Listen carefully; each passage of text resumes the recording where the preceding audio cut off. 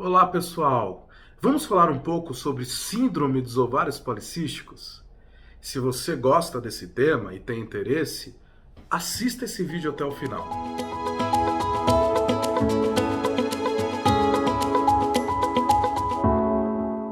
Bom, vamos lá.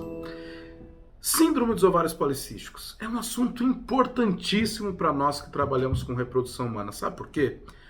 Porque é a alteração ovulatória mais comum nas mulheres. Então, alguns estudos de estatística mostram que por volta de 15 a 20% das mulheres sofrem com a síndrome dos ovários policísticos. E aí eu queria fazer uma primeira diferenciação. O nome síndrome dos ovários policísticos eu acho que não é um nome muito feliz, é um nome consagrado, mas não é um nome muito feliz. Por quê? Porque faz algumas pessoas, pacientes e até alguns médicos confundirem ovário micropolicístico com síndrome dos ovários policísticos. Então, uma coisa é ter o ovário micropolicístico. Então, tem algumas mulheres que têm um ovário cheio de cistinhos, pequenos cistos. Mas isso não quer dizer que essa mulher tenha síndrome dos ovários policísticos. Essa mulher que tem o ovário cheio de cistinhos, mas não tem a síndrome, é uma mulher que só tem mais óvulo do que o normal no ovário, do que o que se espera naquele ovário. Então, no final das contas, pode ser até uma boa notícia pra gente, tá? Agora, a mulher que tem a síndrome dos ovários policísticos, aí é outra coisa. O que é a síndrome dos ovários policísticos?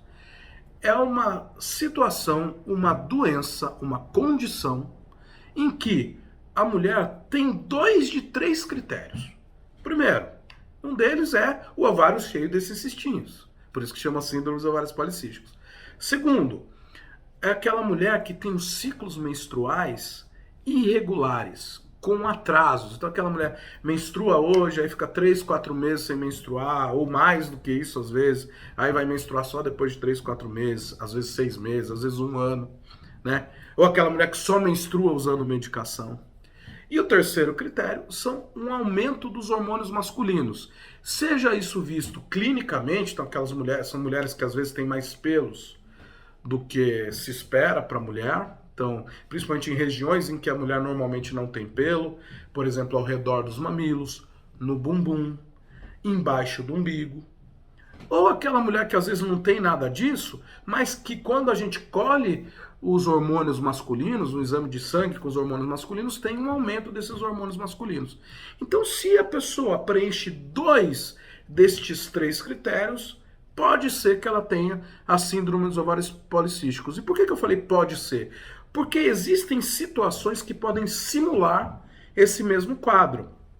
Por exemplo, hiperprolactinemia, ou seja, um aumento da prolactina, doenças ligadas aos corticoides, uma doença que chama hiperplasia congênita da adrenal, que é incomum, mas que acontece. Então, para fazer o diagnóstico da síndrome dos ovários policísticos, além daquelas características clínicas que eu disse anteriormente, a gente precisa também descartar essas outras que poderiam simular isso. Bom, feito o diagnóstico de síndrome dos ovários policísticos, o que nós precisamos fazer para ajudar essa mulher a engravidar? Qual que é o problema que leva à dificuldade para engravidar nessas mulheres com síndrome dos ovários policísticos?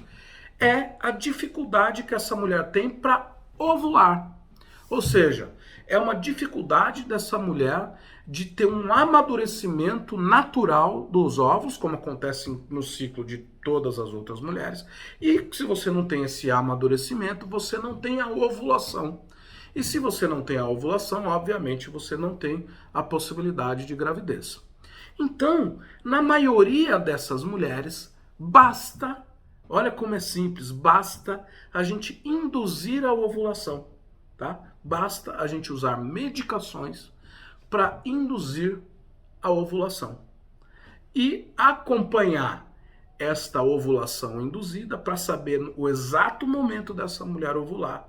E aí, a hora que ela estiver ovulando, esse casal manter relações sexuais, que a gente chama de relações sexuais programadas. Esse acompanhamento da ovulação se faz por ultrassom. Então, são ultrassons seriados para acompanhar a ovulação, certo? Em algumas mulheres, com síndrome dos ovários policísticos, a gente pode lançar mão de algumas medicações que podem ajudar isso. Principalmente medicações que vão tratar resistência à insulina. Uma das hipóteses de problemas que levam ao ovário policístico é uma ação inadequada da insulina nas células do nosso corpo. Isso pode levar a uma dificuldade para ovular cronicamente e a síndrome dos ovários policísticos. Então, nessas mulheres, a gente pode usar medicações, por exemplo, metformina, que melhoram a ação da insulina nas células e, portanto, isso pode melhorar as nossas condições. Vamos lembrar que 70% das mulheres com ovário policístico são obesas.